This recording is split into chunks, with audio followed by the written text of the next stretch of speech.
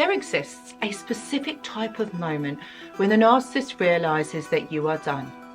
There's no more games, there's no more attempts to try and get your attention. They realize, it's done. It's not usually when you leave. There's another moment within that interaction that this happens. Interested? Sounds like you? Watch this video.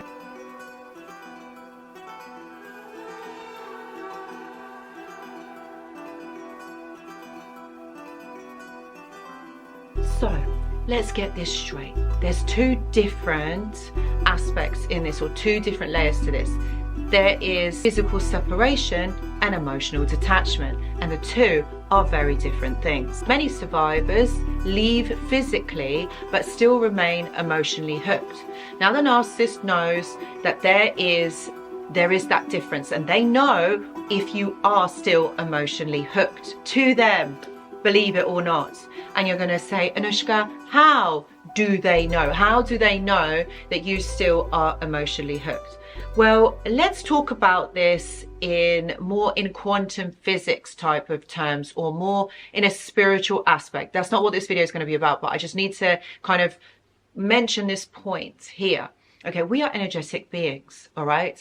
We do bond, we do energetically bond with another person, okay? The narcissist does as well in a certain way. But narcissists are very good at reading emotions, reading energy, which is why they picked you as well.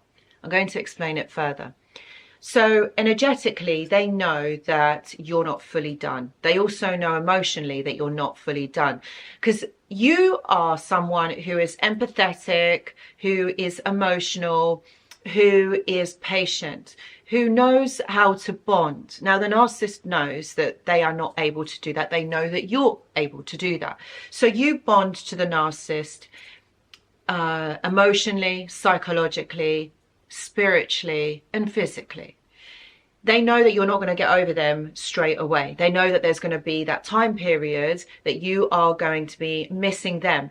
And also, if we think about it, throughout this whole interaction with them, I purposely don't call it a relationship, okay? There's been cycles of this. There's been cycles when you've gone or they've gone. So they're also going to be looking to those times as well. Every time you've gone, you know, they've hoovered you back in, they love bombed you back in. So they know that you're not fully done. They know that they can get you back. And that is the aspect here that we're talking about. They know that just because you're physically gone, it doesn't mean that it's over.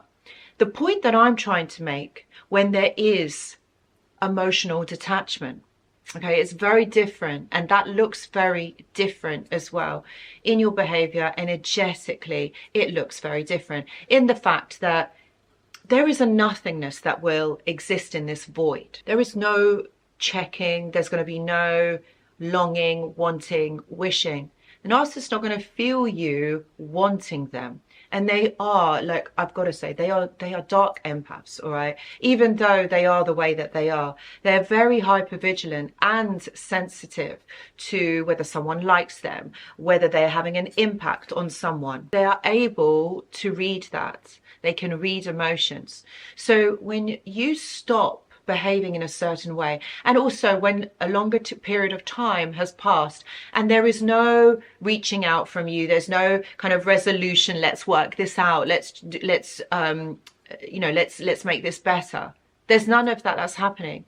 This is at this point that they're going to realize you're not coming back. That's it. It's over. They expect you to return. They will assume that you're going to miss them, that you're going to need them. They assume that you're going to break no contact, that you're going to be the first one to break no contact, because let's face it, they have primed you to be like that. They've primed you to think like that, the intermittent reinforcement. There's also the fact they assume that the guilt will pull you back to them, that you're going to want them, okay? This is all about the trauma bond, all about the intermittent reinforcement.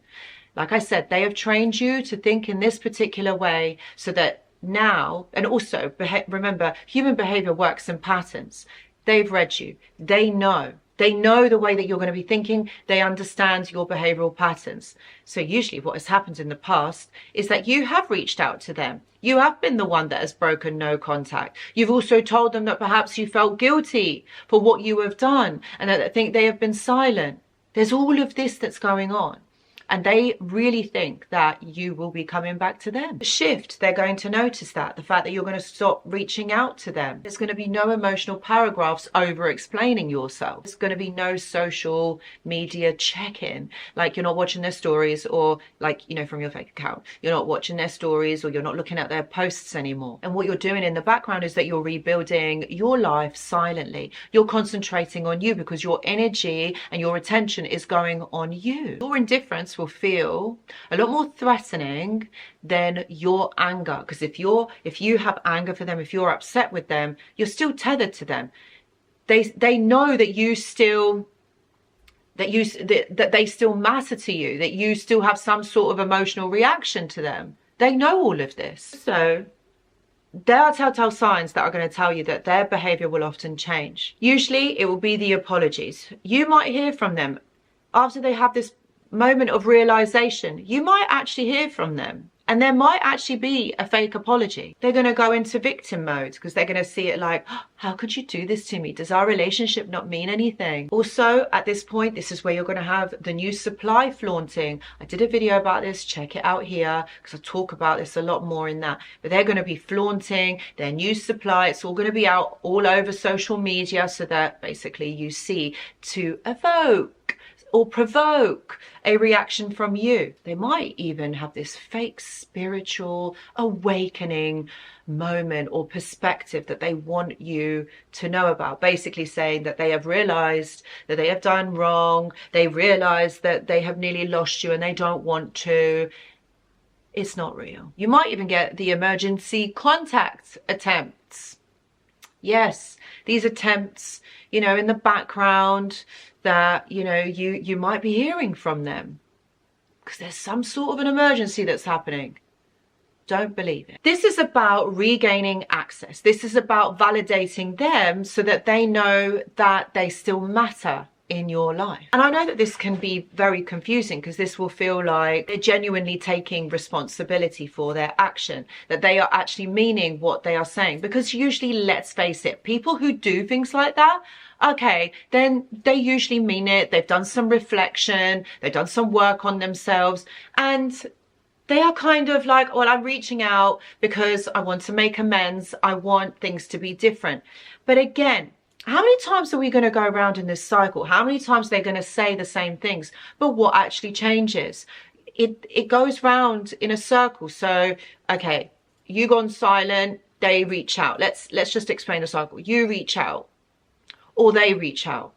Then you get back in contact with one another and you tell each other that, oh, how much you've missed each other. It's amazing. It's wonderful. This doesn't tend to last very long. Every time the cycle goes round. Okay, and then what? You break up again.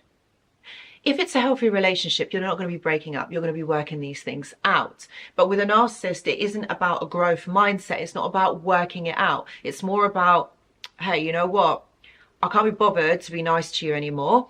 Either you listen and you do what I tell you to do, or you do what I tell you to do, and we're good. I get away with it. I do whatever I want. You just deal with it. What's wrong with you? Just deal with it, and we're going to be good. But who does that? Nobody can do that. Nobody can exist like that. It's wrong. That is manipulation. Why are you trying to change somebody else's behavior? Why can't you accept them for who they are? Do you know why? Because no one is going to accept the narcissist's behavior and the way that they're treating you. It's not right. You surely know that. You surely know that the whole thing is not right. They know that too. They're just trying to see if they can get away with it. Okay, that's why they know it's not right, because that's why their behavior is so covert.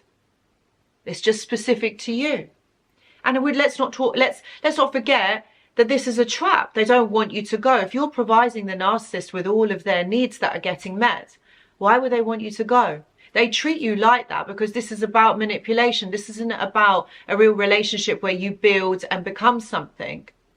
What they want is your cooperation. So my friends, those of you that are at this point, Let me know what made you realize that you were finally done. Put this in the comments below, because I'd love to hear from you, because I love this community, and it's such a strong one, and it's great, and I love it how we all support each other on this channel. I also do have a brand new container that is being built at the moment. So if you want more information about this, if you are stuck in this trauma bond or in this situation, please do see the description box for more details to put your name on the wait list. I also do have availability for consultations. Again, please see the description box below if you are interested, because I'd love to hear from you. What you got to remember, my friends, is that you didn't lose them. You escaped this psychological trap that they have tried to keep you in, to prevent you from seeing who they really are, but you leaving and reclaiming yourself. And that is the issue. That is the point, my friends. One of the biggest lies that the trauma bond basically tells you is that you have lost someone valuable.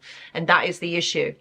You haven't. You've just escaped a psychological trap. So, my friends, I hope this video has helped, and I really hope to see you in the next one. Thank you so much for watching, and don't forget to subscribe if you have liked this content. See you.